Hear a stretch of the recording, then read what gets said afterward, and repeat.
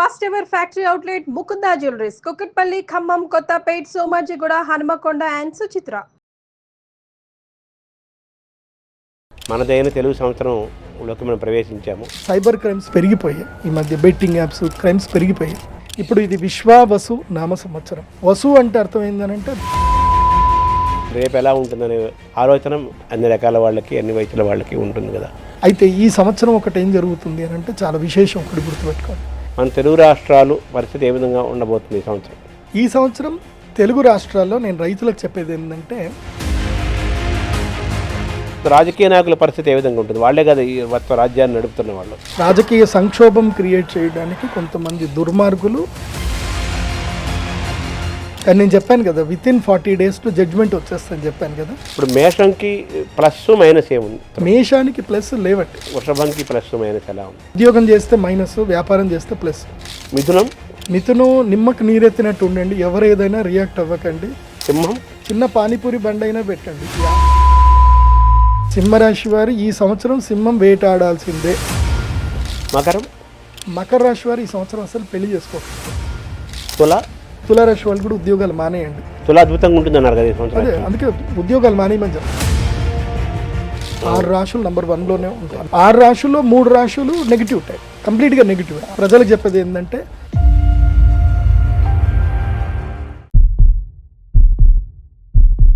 నమస్కారం. మనతో పాటు ప్రదీప్ జోషి గారు ఉన్నారు.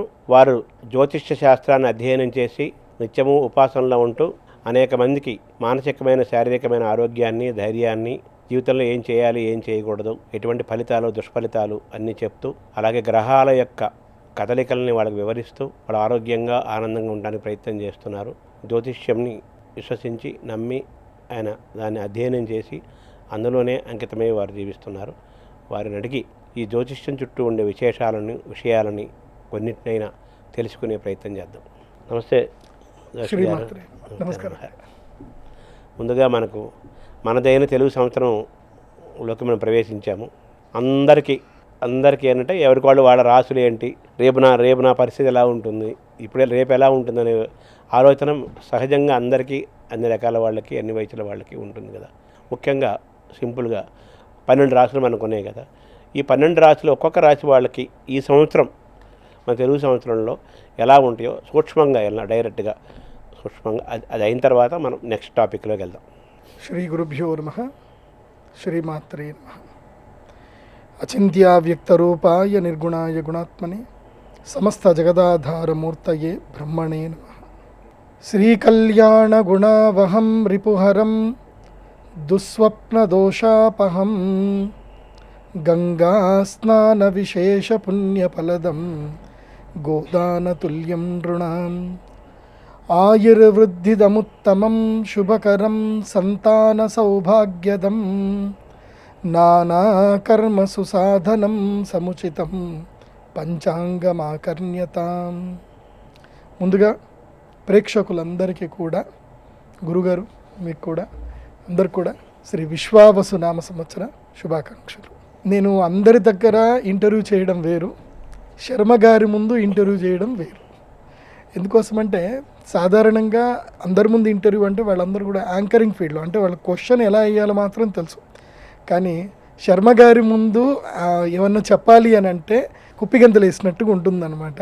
ఎందుకోసమంటే వాళ్ళు సాక్షాత్తు సరస్వతి పుత్రులు, పెద్ద పెద్ద పండితులు, అవధాన సరస్వతులు అయినటువంటి మాడుగుల నాగఫణి శర్మ కానివ్వండి, తర్వాత ఇంకా చాలా పెద్ద పెద్ద పండితులు, తెలుగు రాష్ట్రాల్లో ఉండే అంతమంది పెద్ద పండితులందరినీ కూడా సూటిగా ప్రశ్నించగలిగే శక్తి సామర్థ్యం ఉన్నటువంటి మహాపండితులు. నిజంగా చెప్పాలంటే శర్మ గారితో ఇంటర్వ్యూ చేయడం నిజంగా నా అదృష్టం. ఎందుకోసమంటే ఆయన చేతులు ఎంతోమంది పెరిగారు. ఆయన ఇండస్ట్రీకి ఈ జర్నలిజం ద్వారా ఎంతోమందిని ఆయన పరిచయం చేశారు. ఆ పరిచయం చేసిన వ్యక్తుల్లో నేను కూడా ఒకడిని. నా లైఫ్లో నాకు మొట్టమొదటిగా నాకు టెలివిజన్లో నాకు ఎవ్వరూ ఛాన్స్ ఇవ్వలే. నాకు వచ్చి ఛాన్స్ ఇచ్చి ఫస్ట్ టాలీవుడ్ ఛానల్లో తారాబలం అనే ప్రోగ్రాంతో నాకు మొట్టమొదటిగా నాకు మీడియాలో అవకాశం ఇచ్చిన ఫస్ట్ వ్యక్తి. వారి ఆధ్వర్యంలో టాలీవుడ్ ఛానల్ నడుస్తున్నప్పుడు మెయిన్ వీరే అనమాట. ఎందుకోసమంటే వాళ్ళందరూ చైర్మన్లు, వాళ్ళు ఎలా సెలెక్ట్ చేస్తారు, సెలెక్ట్ చేయాల్సింది సరే కదా. అప్పుడు సారు కంప్లీట్గా CEO ఉండే, సరే సెలెక్ట్ చేసి నా టాలెంట్ని గుర్తించింది మొట్టమొదటి వ్యక్తి శర్మ గారు. ముందుగా ప్రేక్షకులందరికీ కూడా ఉగాది శుభాకాంక్షలు. ఇప్పుడు ఇది విశ్వావసు నామ సంవత్సరం. విశ్వావసు అంటే ఇక్కడ మనం ఏం అర్థం చేసుకోవాలి? విశ్వ ఆవసు. ఇక్కడ వసు అంటే మనం అర్థం చేసుకోవాలి. వసు అంటే అష్టవసువులు. ఈ భూమికి అష్టవసువుల యొక్క అనుగ్రహముతోటి ఈ భూమిని వసుంధర అని మనం పిలిచాం. వసు అంటే అర్థం ఏంటంటే ధాతువులు, వసు అంటే ఆయుర్వేద శక్తి, వసు అంటే పోషకాలు, వసు అంటే స్థిరత్వము, వశుద్ధి అంటే కరువు కాటకాలు లేకపోవడము. ఇలా సమస్తమైనటువంటి అష్టవసువుల యొక్క శక్తి ఏదైతే ఉందో అది ఇక్కడి నుంచి భూమి సంతరించుకోవడం ప్రారంభిస్తుంది. అంటే ఇది లైక్ మనకి ఎట్లాగైతే వసంత ఋతువు ఎట్లాగైతే మనకు ఉంటుందో ఈ 60 సంవత్సరాల్లో ఈ సంవత్సరం వసంత ఋతువులాగా, అంటే మళ్ళీ భూమి సరికొత్తగా తన యొక్క శక్తిని పుంజుకోబోతుంది అనేది అర్థం చేసుకోవాలి. కానీ మనం ఒకటి అర్థం చేసుకోవాలి. ఇప్పుడు భగవంతుడు ఏం చేస్తున్నాడు అంటే ఈ సంవత్సరంలో అష్టవసువులు నేల దిగుతారు. నేల దిగి చంద్రుడి వెన్నెల ద్వారా, అదేవిధంగా మంచి వర్షాల ద్వారా ఈ భూమిని సుసంపన్నం చేస్తారు. కానీ మనం ఒక్కటి నేర్చుకోవాలి. ఈ సంవత్సరం నుంచి మనందరం ఒక ప్రతిజ్ఞ తీసుకోవాలి. గోవుని సంరక్షించాలి. ఎక్కడైతే గోవును సంరక్షించలేమో అక్కడ మనకు భూమి సారవంతం అనేది పోతుంది. భూమికి సారవంతం ఇచ్చే ఏకైక శక్తి కేవలము గోవు మాత్రమే. గోమయము తప్ప ఈ ప్రపంచంలో ఏది కూడా భూమిని సారవంతం చేయలేదు. ఏ కెమికల్స్ ఏవి కూడా భూమిని సారవంతం చేయలేవు. ఇదొక్కటి అందరు గుర్తుపెట్టుకోండి. ఎందుకోసమంటే విశ్వ ఆవసు నామ సంవత్సరానికి అర్థమైందనంటే ఇదే. విశ్వావసు నామ సంవత్సరం. వసుదేవుడు అని ఎందుకంటారు అంటే అతను గోపాలకుడు కాబట్టి అతను వసుదేవుడు అన్నారు. వాసుదేవుడు, శ్రీకృష్ణుడి యొక్క పేరు ఏమిటి అంటే వాసుదేవుడు. వాస్తవంగా అందరికి కృష్ణుడి పేరు తెలియదు. కృష్ణుడు ఒరిజినల్ పేరు ఏంటిదంటే వాసుదేవుడు అని పేరు. తర్వాత ఆయన నల్లగున్నాడు కాబట్టి ఆయన కృష్ణయ్య అని పిలిచారు. ఆయన పేరు వాసుదేవుడు. ఎందుకు వాసుదేవుడు అంటారు అంటే ఆయన గోపాలకుడు, గోవులను కాపాడుతున్నాడు కాబట్టి. ఈ సంవత్సరం నుంచి గోవులు సంరక్షింపబడేటట్టుగా మీరు ప్రయత్నం చేయగలిగితే వసువులు వాళ్ళ పని వాళ్ళు చేసుకుంటూ వెళతారు. కాబట్టి ఈ సంవత్సరం యొక్క ముఖ్య లక్ష్యం ఏమిటి అని అంటే ఈ విశ్వావసు నామ సంవత్సరంలో ధాన్యాలు చక్కగా పండుతాయి, పువ్వులు పండ్లు అన్నీ కూడా చక్కగా పండుతాయి ఈ సంవత్సరం. పశువులు కూడా చక్కగా పాలిస్తాయి, అన్నీ బాగుంటాయి. అయితే ఈ సంవత్సరం ఒకటి ఏం జరుగుతుంది అని అంటే చాలా విశేషం, ఒకటి గుర్తుపెట్టుకోండి. ఈ సంవత్సరము నవనాయకుల్లో గురుగ్రహానికి ఒకే ఒక పోర్ట్ఫోలియో తీసుకున్నాడు. ఆయన సస్యం వరకు వెళ్ళిపోయాడు అంతే. మిగతా అంతా కూడా సూర్యుడు, శని, కుజుడే. మెయిన్గా వీళ్ళిద్దరే ఎక్కువగా ఉన్నారు. సూర్యుడే 3 పోర్ట్ఫోలియో తీసుకున్నాడు, శని 3 పోర్ట్ఫోలియోస్ తీసుకున్నారు. సో పోర్ట్ఫోలియోస్లో తండ్రి కొడుకులే ఎక్కువగా ఉన్నారు. అంటే అర్థం చేసుకోండి, సమవర్తి శని. ఈసారి శని సమవర్తి ఎక్కువగా ఉన్నాడు కాబట్టి అత్యుత్కటై పాపపుణ్యై ఇహ ఏవ ఫలమశ్నుతే. గుర్తుపెట్టుకోండి, ఇక్కడ ఎవరైతే ఎక్కువగా పుణ్యం చేసుకుంటారో వాళ్ళు తొందరగా ఫలితాన్ని, పుణ్యఫలాన్ని అనుభవించేస్తారు. ఎవరైతే పాపం చేస్తారో వాళ్ళు కూడా తొందరగా పాప ఫలితాన్ని అనుభవిస్తారు. ఇప్పుడు మన యొక్క చట్టాలు కరెక్ట్గా ఉన్నాయి, కాకపోతే జడ్జిమెంట్ అనేది లేట్ అవుతుంది. ఇప్పుడు క్రిమినల్స్కి ఏమైపోయింది అంటే ఏ తప్పు చేసినా పర్వాలేదు, జడ్జిమెంట్ వచ్చేసరికి మన జీవితకాలం అయిపోతుంది. ఈ లోపల మనం తప్పులు చేసుకుంటూ పోదామని అనుకునే స్థాయికి సైబర్ క్రైమ్స్ పెరిగిపోయాయి. ఈ మధ్య బెట్టింగ్ యాప్స్ క్రైమ్స్ పెరిగిపోయాయి. కానీ ఈ సంవత్సరం ఏం జరుగుతుంది అని అంటే చెప్పే కదా, ఇక్కడ నుంచి సమవర్తి స్టార్ట్ అవుతాడు. ఈ సంవత్సరము తండ్రి కొడుకులు ఇద్దరు కూర్చున్నారు. శని సమవర్తి, యమధర్మరాజు యొక్క అన్నగారు కాబట్టి వచ్చి కూర్చున్నాడు. యమాగ్రజం అంటారు కాబట్టి ఆయన కూర్చున్నాడు. కాబట్టి ఆయనతోటే, ఎందుకోసమంటే ఈసారి షష్టగ్రహ కూటమి, ఆయన మార్పుతోటే ఈ సంవత్సరము మనకి ప్రారంభమవుతుంది. ఉగాది షష్టగ్రహ కూటమి 29వ తారీఖుతోటి ఈ సంవత్సరం ప్రారంభమవుతుంది. కాబట్టి దుష్టులకు, నేరస్తులకు, మోసగాళ్లకు ఈ సంవత్సరము సింహస్వప్నం. ఈ సంవత్సరం ఎవడు తప్పు చేసినా, ఎవడు మోసం చేసినా టపేర్లను వాడికి దెబ్బలు తాకుతాయి. అయితే యాక్సిడెంట్ అవ్వడమో, రోగం తగలడమో, లేకపోతే వాడు ఇంకో దగ్గర నుంచి మోసపోవడమో, ఇవన్నీ 100% జరుగుతాయి. సో ఇకపై మంచి వాళ్ళకి మంచి జరగబోతుంది, చెడ్డ వాళ్ళకి చెడు తొందరగా జరగబోతుంది. అది బాగా గుర్తుపెట్టుకోండి ఈ విశ్వావసు నామ సంవత్సరంలో. సో ఈ సంవత్సరంలో పాపగ్రహాల యొక్క ఆధిక్యత ఎక్కువ ఉన్న, పాపగ్రహాలు అంటే అర్థం ఏంటంటే పాపాత్ములకు కీడు చేసేటువంటి పాపగ్రహాలు. పాపగ్రహాలు అంటే పాపం చేయడం ఎంకరేజ్ చేసేటివి కావు, అది బాగా గుర్తుపెట్టుకోవాలి. అది కాకుండా ఈ సంవత్సరం మేజర్గా ఏమిటంటే అతిపెద్ద గ్రహాలైనటువంటి 4 గ్రహాలు అవి ఏమిటంటే రాహుకేతువులు. రాహుకేతువుల యొక్క మార్పు కూడా ఈ సంవత్సరం ఉంది. మీనములో నుంచి కుంభము లోపలికి రాహువు ఈ సంవత్సరము మే 18వ తారీఖు అడుగు పెడుతున్నాడు. అలాగే సింహరాశి లోపలికి కేతువు అడుగు పెడుతున్నాడు. సో రాహుకేతువుల యొక్క మార్పు ఈ సంవత్సరము అంటే వీళ్ళు 18 నెలల తర్వాత వీళ్ళు మారుతారు, ఊరికే మారరు. ఓ సంవత్సరంన్నర తర్వాత మాత్రం మారుతారు. అంటే సంవత్సరంన్నర తర్వాత రాహుకేతువుల యొక్క స్థాన మార్పు జరుగుతుంది. అదొకటి. అది కాకుండా ఈ సంవత్సరం ఏం జరుగుతుంది, ఈ రాహుకేతువుల యొక్క మార్పు అంటే మే 18వ తారీఖు నుంచి కన్యా రాశిలో నుంచి సూర్యుడు బయటపడి తులారాశిలో అడుగు పెట్టేంత వరకు కుజుడు బయటపడేంత వరకు, అంటే ఆల్మోస్ట్ డిసెంబర్ వరకు, అంటే మే 18 నుంచి తీసుకొని మే 18 అంటే May, June, July, August, September, October, November 7 నెలల కాలం పాటు 7 నెలల కాలం పాటు కాలసర్పదోషము ఈ భూమిని పట్టుకుంటుంది. ఈ కాలసర్పదోష ప్రభావం వల్ల ఏం జరుగుతుందంటే ఎక్కడైతే అన్నదానాలు జరగవో, ఎక్కడైతే స్త్రీలని హింసిస్తారో, ఎక్కడైతే మారణ హోమం జరుగుతుంటుందో, ఎక్కడైతే మనిషికి మనిషి గౌరవించుకోరో అక్కడ క్షామం ఏర్పడుతుంది. క్షామము అంటే ఏంటి, వర్షాలు పడవు, విపరీతమైన వర్షం పడి లేదంటే కొట్టుకెళ్ళిపోతుంది, భూకంపాలు ఏర్పడతాయి. సో ఈ సంవత్సరము ఎక్కడైతే అన్యాయాలు అక్రమాలు ఎక్కువగా జరుగుతున్నాయో అక్కడ ఎక్కువగా తీవ్ర నష్టాలు కూడా జరుగుతుంది. ప్రకృతి ప్రకోపాన్ని ఈ సంవత్సరం అక్కడ చూపిస్తుంది. ఇది ఒకటి. తర్వాత ఇంకొకటి ఏమిటి అని అంటే శనిగ్రహము. ఈ శనిగ్రహము మీనరాశి లోపలికి అడుగు పెడుతున్నాడు. దీని వలన ఒక నష్టం ఒకటి ఉంటుంది, ఒక లాభం కూడా ఉంటుంది. ఏమిటి నష్టం అని అంటే జలచరములకు సంబంధించిన వాటికి పీడ అనేది కలుగుతుంది. ఎప్పటి వరకు అంటే ఆగస్టు వరకు జలచరములకు పీడ కలుగుతుంది. ఆ జలచరములు తినేటువంటి వాళ్ళకు కూడా పీడ కలుగుతుంది. అటు జలచరములు ఏంటంటే చేపలు, రొయ్యలు.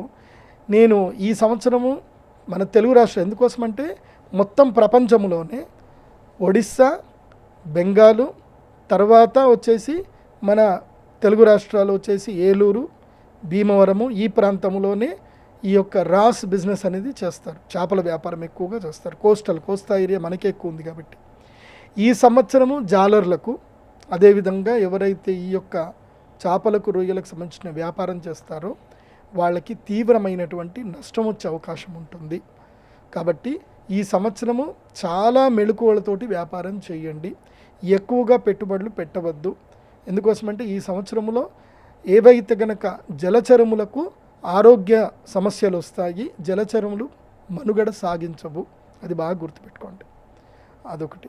తర్వాత కనుక చూస్తే గురుగ్రహం కూడా మారబోతున్నాడు కాబట్టి గురువు మారడం వల్ల ఒక మంచి జరుగుతుంది. గురువు మిథున రాశి లోపలికి అడుగు పెట్టబోతున్నాడు. దీనివల్ల ఒక మేలేం జరుగుతుందంటే ఈ సంవత్సరం కొంచెము ఈ యొక్క కోర్టు కేసులు, భార్యాభర్తల మధ్యన కొట్లాటలు, ఫ్యామిలీ కోర్టులు కొంచెం తగ్గుతాయి. మధ్యలో కుటుంబ జీవితంలో కొంతమందికి అవగాహన ఎక్కువగా పెరుగుతుంది. మెచ్యూరిటీ లెవెల్స్ ఇప్పుడు ఈ సంవత్సరం పెరిగే అవకాశాలు ఉంటాయి. కాబట్టి ఈ సంవత్సరం కొట్లాటలు కాస్త తగ్గుతాయి, కుటుంబ కలహాలు కాస్త తగ్గుతాయి. ఎందుకోసం అంటే మిథున రాశి లోపలి గురువు వస్తే దంపతులని సంరక్షిస్తాడు. అదొకటి మేలు జరుగుతుంది.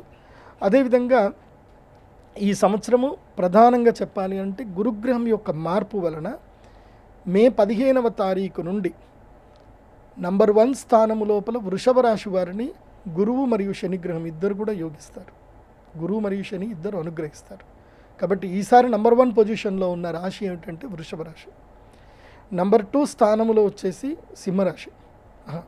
నంబర్ 2 స్థానములో వచ్చేసి మనకి తులారాశి వస్తుంది. తులారాశి వారికి ఈ సంవత్సరం మంచిది, బాగుంది నంబర్ 2 స్థానంలో. తర్వాత నంబర్ 3 స్థానంలో వచ్చేసి ధనుస్సు రాశి, ఆ తర్వాత సింహరాశి, ఆ తర్వాత కుంభరాశి, ఆ తర్వాత వచ్చేసి మకర రాశి. ఈ విధంగా టాప్ 6 పొజిషన్లో ఈ రాష్ట్రాల వాళ్ళు ఉన్నారు. మళ్ళీ చెప్తున్నాను, మిథున, తుల, ధనస్సు, కుంభం, సింహం, మకరం, ఈ 6 రాశులు ఈ సంవత్సరం టాప్ నంబర్ 1 to 6 పొజిషన్లో ఉన్నాయి. ఆ తర్వాత క్రమేపీ మేషం అన్నారు మీరు ఫస్ట్. మేషం కాదండి, మేషరాశి వారిది అయిపోయింది. ఈ సంవత్సరం నుంచి మేషరాశి వాళ్ళ ర్యాంక్ నంబర్ 1 నుంచి నంబర్ 12కి పడిపోతుంది, లాస్ట్కి వెళ్ళిపోతుంది. ఎందుకోసమంటే మేషరాశి వారికి ఈ సంవత్సరం మొదలై వేసివాసి యోగంతో మొదలైపోతుంది. మేషరాశి వారికి ఏం జరుగుతుంది అని అంటే ఏలినాటి శని ప్రారంభమవుతుంది. ఉగాదితోటే ఏలినాటి శని మేషరాశి వారికి ప్రారంభమవుతుంది. గురుగ్రహం కూడా మే 15వ తారీఖు తర్వాత తృతీయ స్థానంకి వెళ్ళిపోతాడు. కాబట్టి ఇంకా వాళ్ళకి ఇంక యోగించడానికి ఏమి ఉండదు.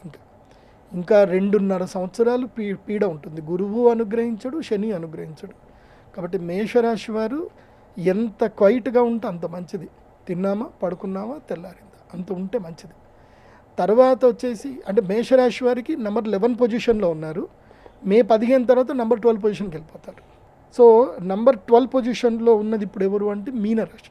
సంవత్సరం మొదలుతోటి గ్రహణంతో మొదలవుతున్నారు, షష్టగ్రహ కూటమితో మొదలవుతున్నారు. కాబట్టి మీనరాశి వారికి అంటే మీనములకు అంటే చేపలకి, జలచరములకు చంచల స్వభావం కలిగినటువంటి మీనరాశి వారికి విపత్తులు తప్పవు, కష్టాలు తప్పవు.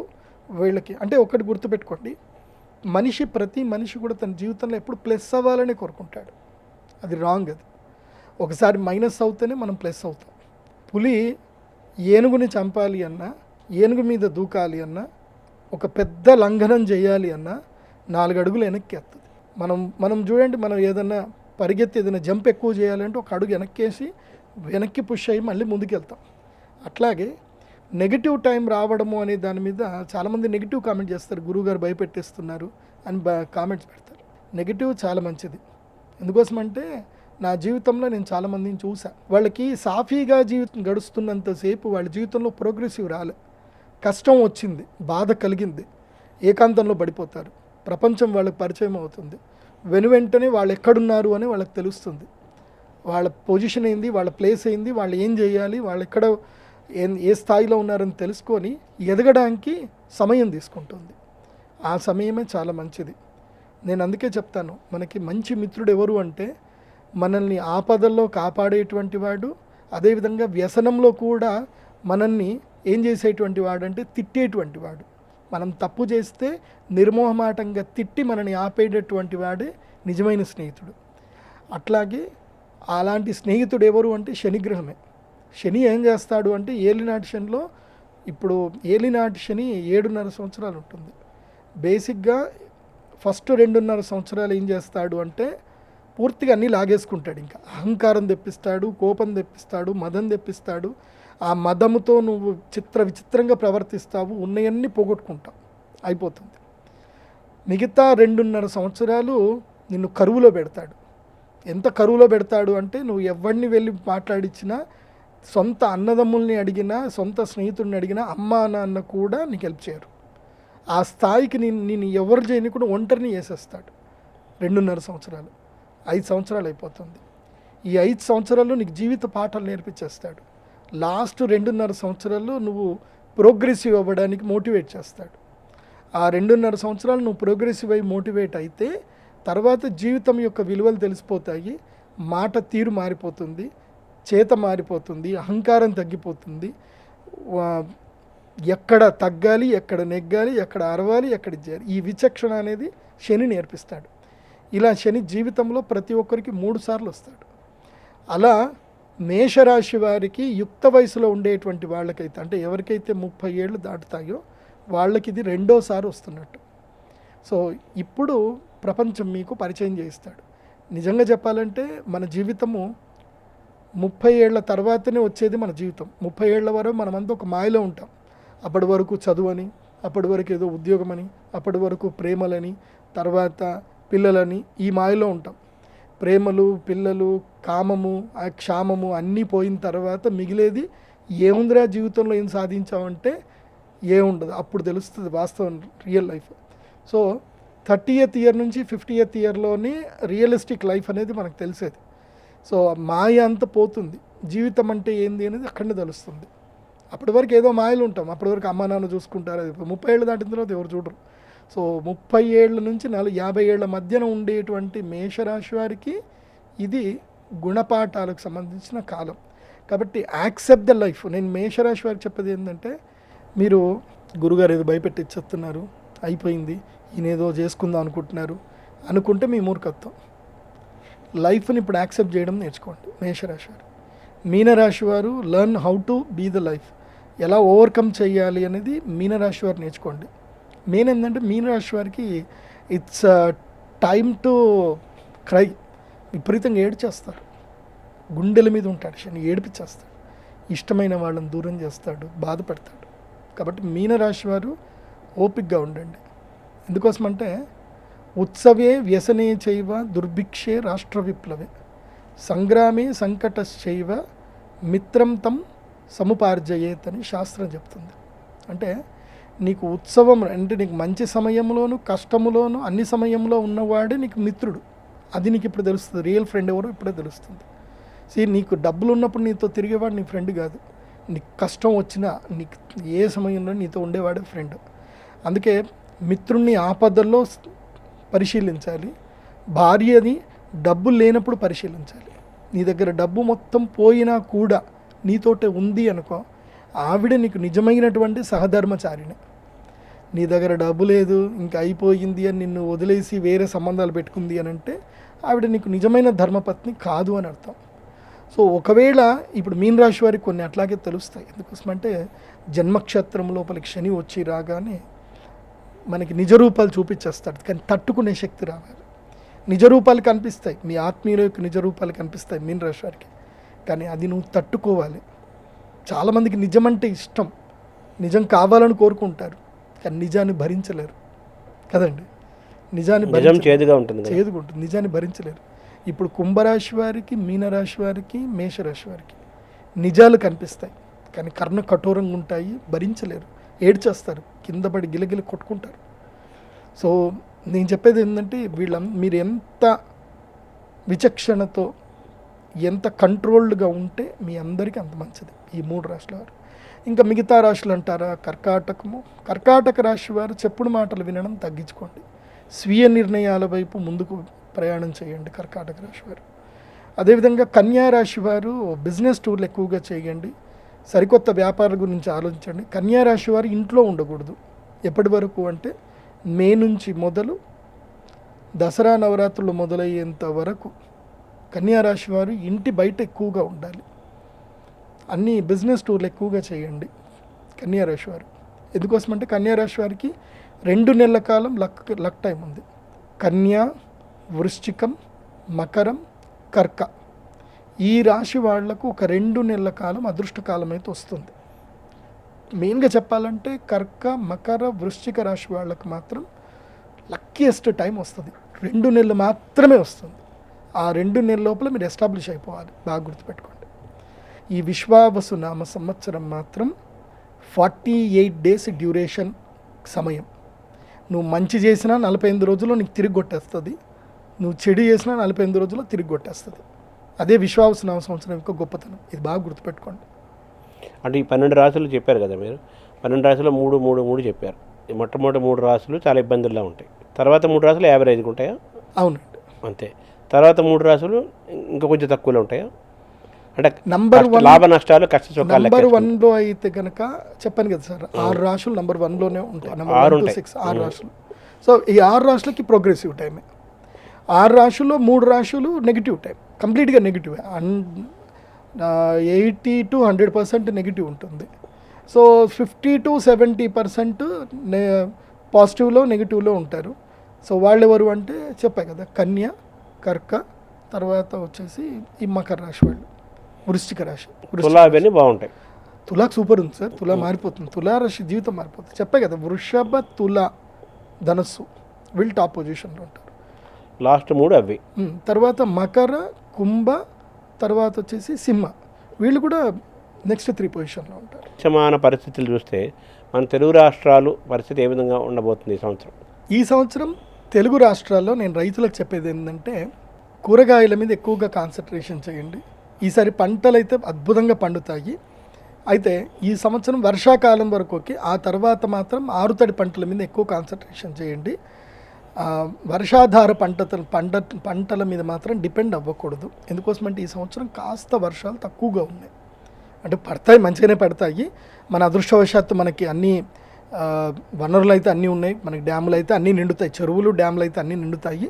కాకపోతే అవి మనకి అందడానికి మాత్రం సరిపడవు. కాబట్టి ఈసారి ఖరీఫ్ మాత్రం చాలా జాగ్రత్తగా చూసుకోండి, కూరగాయల మీద ఎక్కువ కాన్సన్ట్రేషన్ చేయండి.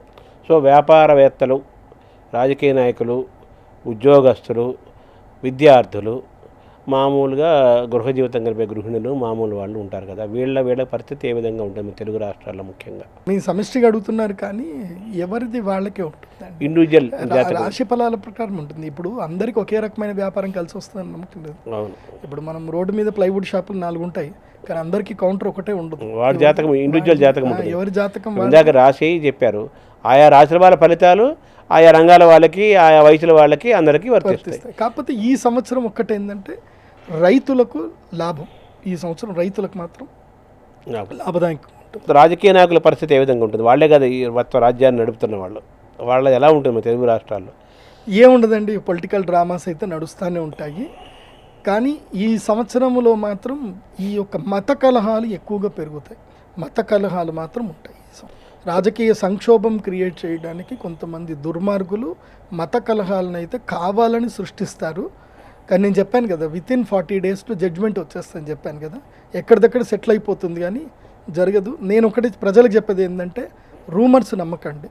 మతాలని రెచ్చగొట్టి ఎంజాయ్ చేసేవాడు పైన ఉంటాడు, వాడు మాత్రం వాళ్ళు ఇద్దరు ముచ్చట పెట్టుకుంటారు, డార్క్ రూమ్లో మందేస్తారు, కానీ మనల్ని రెచ్చగొడతారు. కాబట్టి రూమర్స్ అస్సలు నమ్మకండి.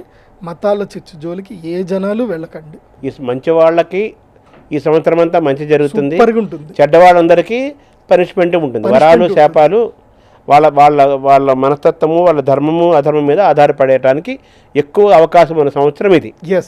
అంతే కదా, ఒక వాక్యంలో చెప్పాలంటే విశ్వావసు నామ సంవత్సరంలో 100%. ఎందుకోసమంటే రాజైనటువంటి సూర్యుడు గ్రహరాజు, అవును, ఆయన్నే రాజయ్యాడు. కాబట్టి ఇంకా రాజకీయము లోపల సూర్యుని మించినటువంటి వాడు ఉండడు. అందుకోసమంటే రాజకీయ యోగం రావాలి అన్నా, ప్రభుత్వం నడిపించాలన్నా జాతకంలో సూర్యుడు బాగుండాలి.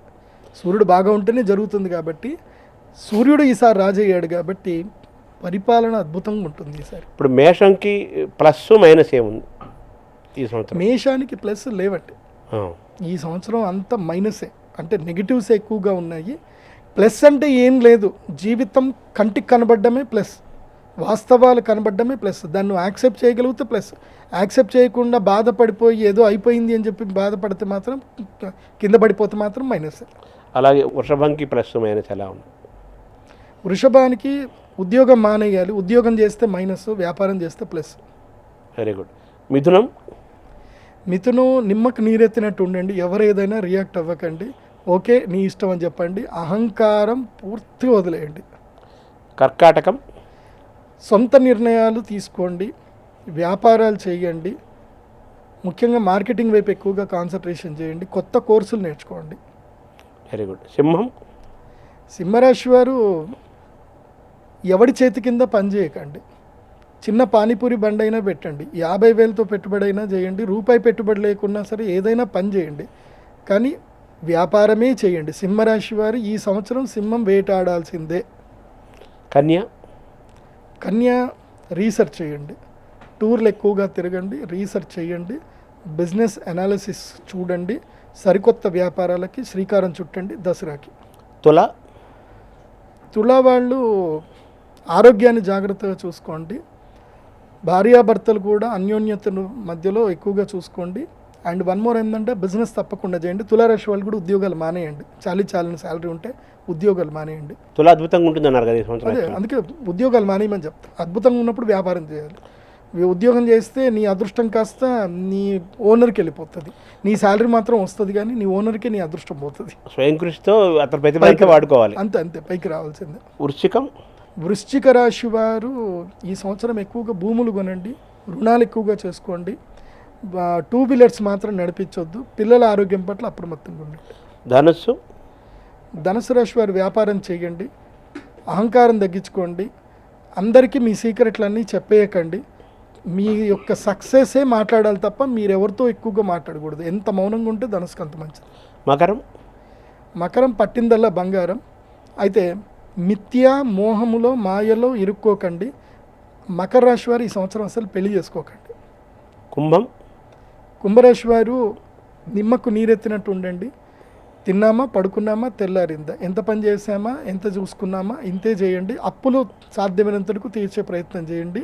నిల్వలేం చేయకండి, డబ్బులు నేను నిలబెట్టకండి. ఉన్నదున్నట్టుగా అప్పులన్నీ తీర్చేయండి, క్లియర్ చేసుకోండి.